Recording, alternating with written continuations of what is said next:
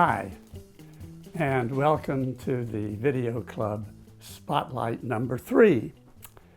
This is where we spotlight or highlight the creative talents of one or more of our club members. The first film I'm going to show is by Tom Nash. He's one of the highlights and driving forces behind our club. Here's his travel film, Surprising Churches of Cairo. Hi, I'm Tom Nash. A few years ago I got to go to Cairo with some folks from my church, and we did all the usual things that you do in Cairo. We saw the pyramids, we rode camels, we had dinner on the Nile, but probably the most surprising thing we saw were the churches. Churches in Egypt? After all, it's an Islamic nation and mosques are everywhere. But did you realize that until it was conquered by Islam in the 7th century, Egypt was an important center of Christianity? The church has existed there since it was planted in the 1st century by Mark, the author of the Gospel of Mark. Today, about 10% of the population are Christian. So, it's not surprising that there are a number of old historic churches like this famous and beautiful hanging church. More surprising is the location of this church just off Tahrir Square, the center of Egypt's government. Qasr el-Dabara Evangelical Church, with 7,000 members, was planted by Presbyterian missionaries over a century ago. Their outreach program is mind-boggling. For example, they operate this enormous sports complex. They have sports camps all summer for both Christian and Islamic kids, recruiting coaches from Europe and the United States. Their pastor, Dr. Sama Maurice, was a well-known surgeon before he decided his time was better spent as a pastor. But he is no doubt the reason why the church also has a hospital. Qasr el-Dabara is also a partner in a remarkable television service, Sat7, with 15 million viewers throughout the Arabic-speaking world. However, you haven't seen the most surprising church yet. To get to the famous cave church, you literally have to go to the dumps, the city dump. Because of extreme prejudice against Christians, many of them found the only safe place they could live was actually in the dump. And so they made the best of it. Today, this entire community makes a meager living by sorting garbage, which they pick up all over the city using pickups and even donkey carts. They sell what can be recycled, feed the food scraps to their herds of pigs. The smell is unbelievable. We quickly rolled up our car windows as we drove through. Well, eventually you get through the dump and you come to this amazing complex. Here, the local residents have taken advantage of natural caves in the cliff to build a huge church. This amphitheater seats 5,000 people. A second cave in the same location contains these beautiful inscriptions carved into the walls. Truly, Cairo is a city of surprises, not the least of which are its churches. Our next film was produced by one of our most active members, Lucy Parker. This film demonstrates that you can sometimes use personal relationships to generate a very interesting film. Her film is titled Little Things.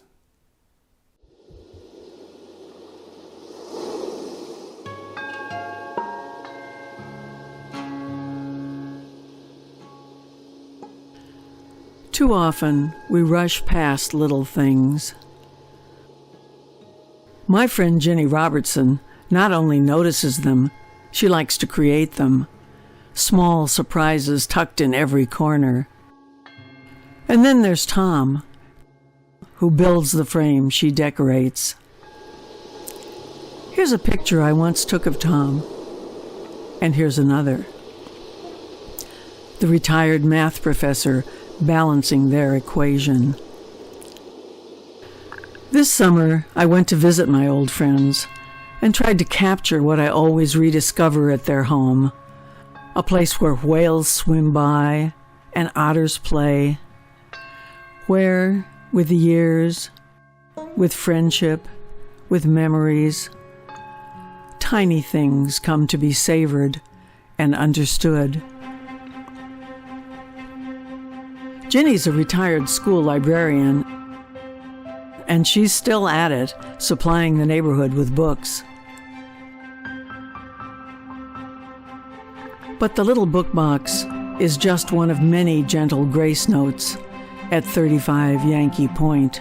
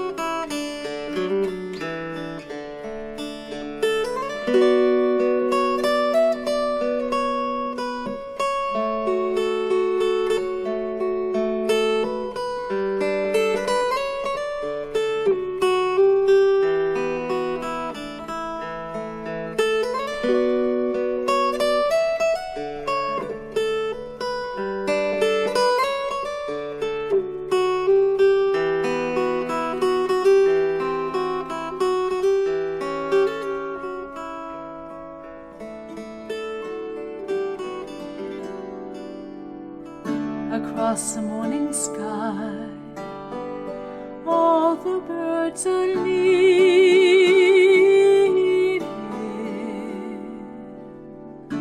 Ah, how can they know it's time for them to go? Before the winter fire will still be dreaming.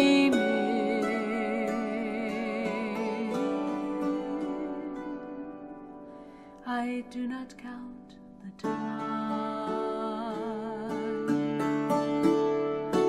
Who knows where the time goes? Who knows where the time goes?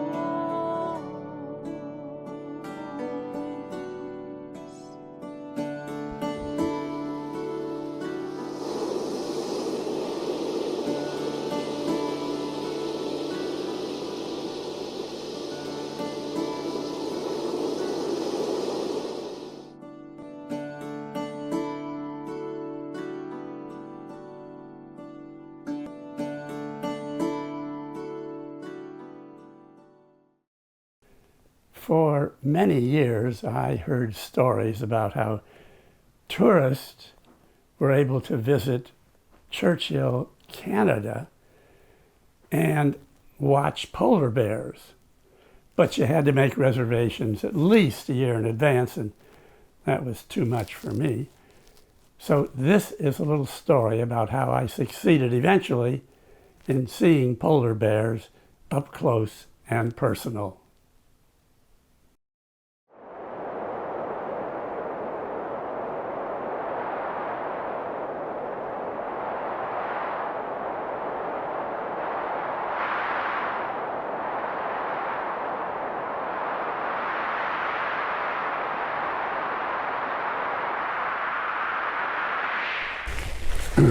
Well, you'll never guess where I am. I'm in Winnipeg, Canada, which is about, I suppose, 200 miles north of Minneapolis, Minnesota.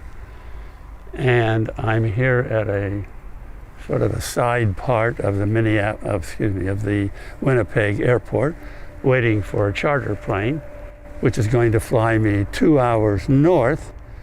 To help orient you, here is a map of the United States. Here is Canada, here is Hudson Bay, and here is Churchill. Now, the distance covered by my charter flight is going to be about the same as between Chicago and New York City. We're going 2 hours north to Churchill, Canada, the idea of seeing polar bears. About 10 10 days ago, I got a telephone call. I put my name in on a waiting list to be able to have a tour up to Churchill and see the polar bears. And all of a sudden I got this call. So I've been trying to get ready, and I've been talking to people. And on the plane coming into Winnipeg, I talked to some people who live here, and everybody has said no one has seen polar bears yet this year. Well, the lady who met the group here in town today told me that every group that's been up here, the last 4 groups, have all seen plenty of polar bears. So I'm really looking forward to what's going to be happening. And so this trip, which has been a little bit rushed, is going to work out okay. So if you'll stick with me, I'll show you what's going to happen. We were picked up at the Churchill airport and taken to our lodging on the outskirts of Churchill. There were 24 of us. We had most of our meals at the lodge in their rustic cafe. And we could step outside at night and see the northern lights, if the sky was clear. This town has its own sense of humor. The next morning, we were driven out into the tundra, where we boarded a special vehicle, a tundra buggy. It had seats and was heated on the inside. It had a bathroom inside. It was high off the ground and had big tires. It had a back porch where you could stand outside in the cold. The first thing we were told was to look for polar bears in this barren landscape. The more people looking, the better the chance of seeing them. We were told that bears tended to lie down beside low willows where they rest, and they're very hard to spot. Can you see the polar bear in this scene? Oh, there's the polar bear.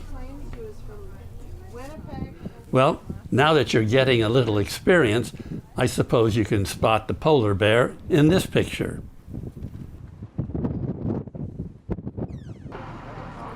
Everybody was happy when the polar bear began to move about.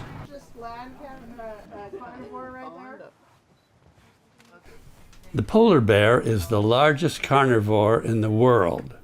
This one does look cuddly, but make no mistake. Head for cover if you meet him on the street. The polar bears we saw seem to relax a lot. That's because they don't have any food right now. They're hungry, and they have to conserve their energy.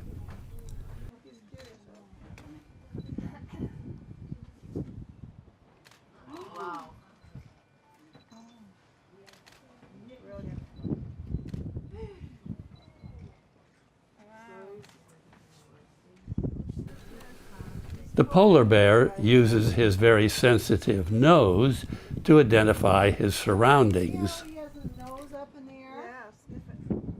Checking things out.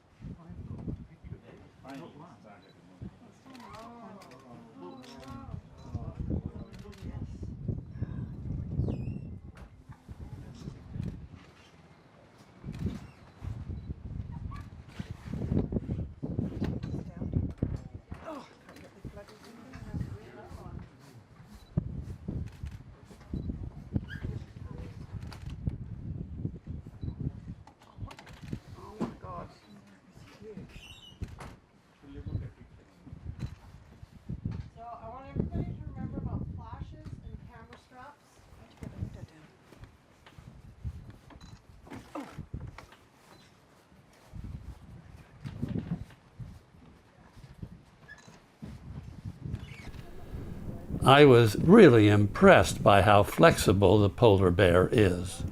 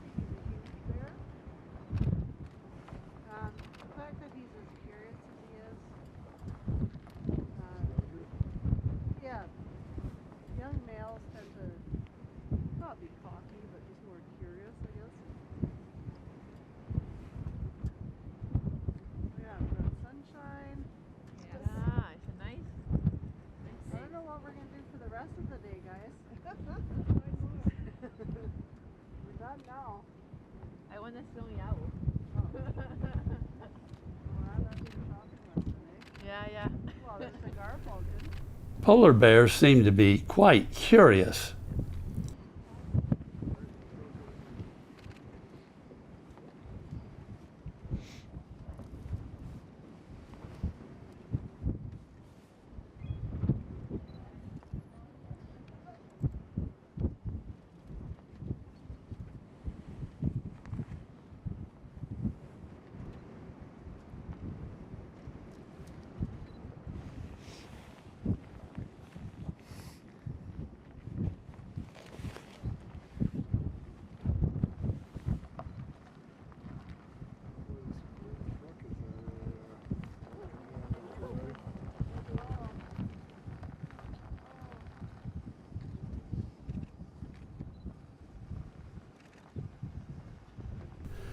A bit later on in this video, I'll explain the life cycle of a polar bear and explain why they happen to congregate near Churchill just as winter is setting in. But first, I'll show you a few of the other things we saw on our tour. We were given a tour of the town of Churchill. Churchill is really isolated in Canada.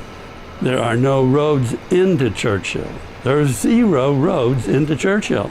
The only way to get here, or to bring things into Churchill, is by train or airplane, period.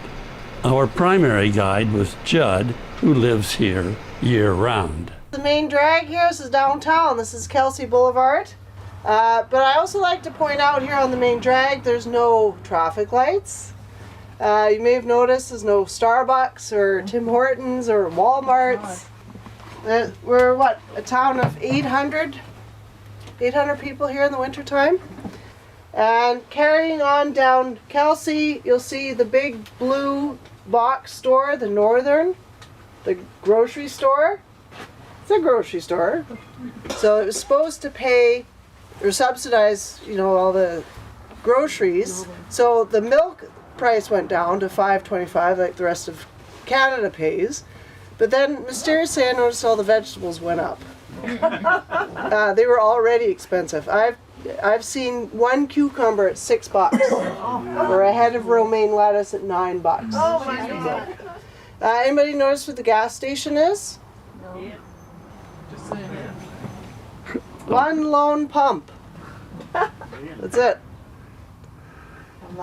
It's great. I love it. What are you doing? No. So sometimes what people do if they're going to do a big grocery run, like at Christmas time especially, they'll take the train to Thompson, spend 5 hours in Thompson, and then take the train back. Wow. So yeah, it's always a bit of a... Different life. It is, yeah. It slows things down. The church sales or rummage sales when people are moving, you know, if it's at 1 o'clock, people are like vultures. I can imagine. Yeah, and all the good stuff's gone in the first 5 minutes. Because there is no dollar store, there's no Walmart, so if you have kids growing... There are a few points of special interest near the town of Churchill. This is an old fortification. Over much of the tundra, we walked on a special boardwalk to get to the other of the town's tourist sites. In the tourist season, there are special guards who watch for polar bears that might come near unprotected tourist sites, like this one. So that's why we're hyper vigilant, and you'll notice there's a phone number there, 675-BEAR. If at any time a local notices a bear in town, close to town, out there it's fine. But now if he's come, they have it's all zonage. If they come within a certain zone, well then it's time to action the bear. And when I mean action, quite simply, I mean even though I have my shotgun here, I carry cracker shells. So I have live ammunition, but that's the last resort. There is no hunting of polar bears in Manitoba. So if for some reason you shoot a bear in Manitoba, you're going to have a mountain of paperwork to justify why you had to shoot that bear, and you are absolutely not allowed to keep any parts of that bear. Oh, good. Yeah. So it would be, at that point, a purely self-defense maneuver, and that's assuming all the other things that you can do didn't work. So to be honest, most of the time, I have a rock in the back of the crawler. And a couple taps of the rock on a shovel is enough to chase a bear along if he's being too aggressive with the machine. Bears can be very dangerous to humans. Now, this land looks barren and uninteresting to the casual observer. Yet very low down, next to the ground, grow several species of colorful plants and lichen. And it's very slow growing. It's only a few millimeters a year. So when you see these huge patches of it, it's very old. There are various colors of lichen growing here. In warmer seasons, there are tiny flowers in bloom. So you can see in this small little patch how many flowers there are. So it's really a completely different landscape. So the tundra is constantly changing colors. You go through a wave of purple flowers and white flowers and yellow flowers, and then in the fall, the blood reds and the bright yellows. But everything's only this high. So it's very gorgeous here, I think. Yeah. As we roamed over the tundra looking for polar bears, we didn't really see much else that was moving. But we did spot one other omnivore, a red fox. The fox has a highly varied diet, but primarily lives off of small rodents like voles and mice. It will eat waterfowl and some plant material like berries.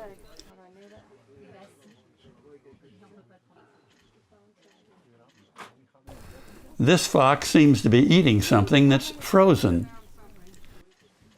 He looks quite happy there, doesn't he?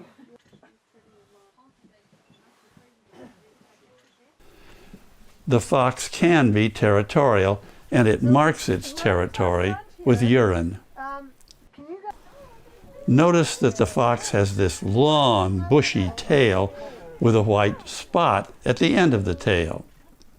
I've seen Arctic fox curled up in a tiny ball with their big furry tail, you know, because they're in a ball and it's wrapped around their head, and they just bury their muzzle in there. The red fox seems to be on the move all the time. A fox generally stays with a mate, and you can see that there are two foxes here. The fox has excellent hearing, and it hunts primarily by using its eyes, which detect motion. When it gathers more food than it needs, then it'll store the excess in a cache, which it comes back and uses later. The red fox is found below the polar circle and in many, many parts of the world. It does not hibernate. We were served lunch on board our tundra crawler. Lunch included soup and sandwiches. An interesting feature of our little group of 24 people was that 6 of them were from France. And for all practical purposes, they only understood French. Now, Canada is a bilingual country, and our guide repeated most of what she said in English, again in the French language. Ça c'est bœuf fromage ou jambon fromage ou bien des trucs poulet.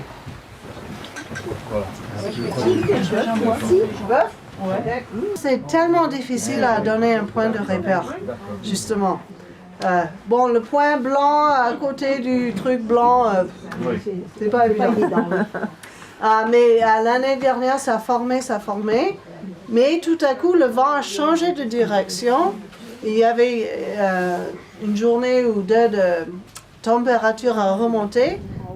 Now I'd like to talk about why polar bears congregate near the town of Churchill every year in late September and then into October. The key to understanding this behavior is that the polar bear's primary diet is the seal.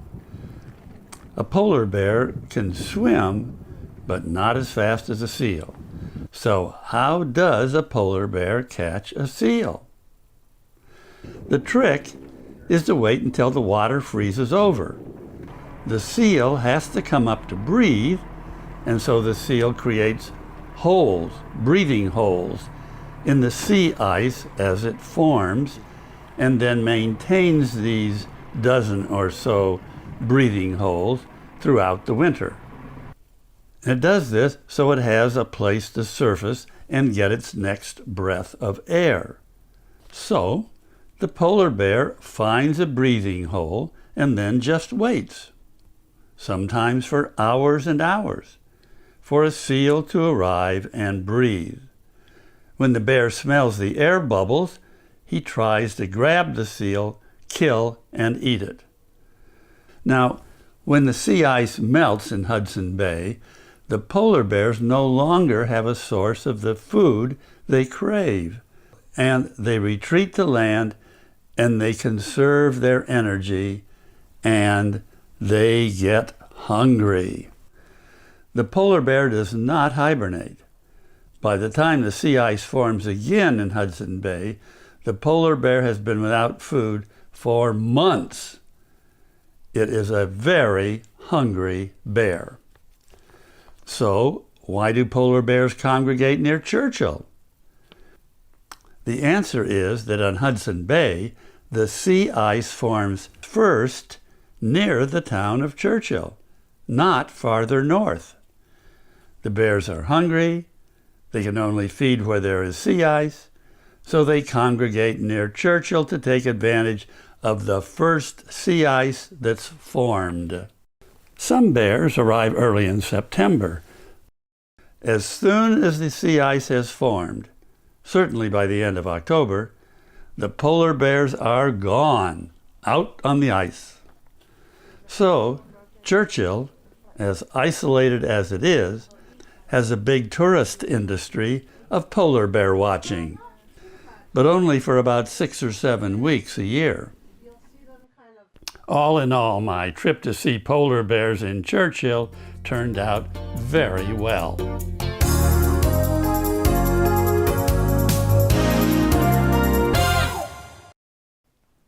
Well, that concludes the films we are going to show in the Video Club Spotlight number 3. Stay healthy, wash your hands, keep a safe social distance, and wear a face mask so we can meet again next time.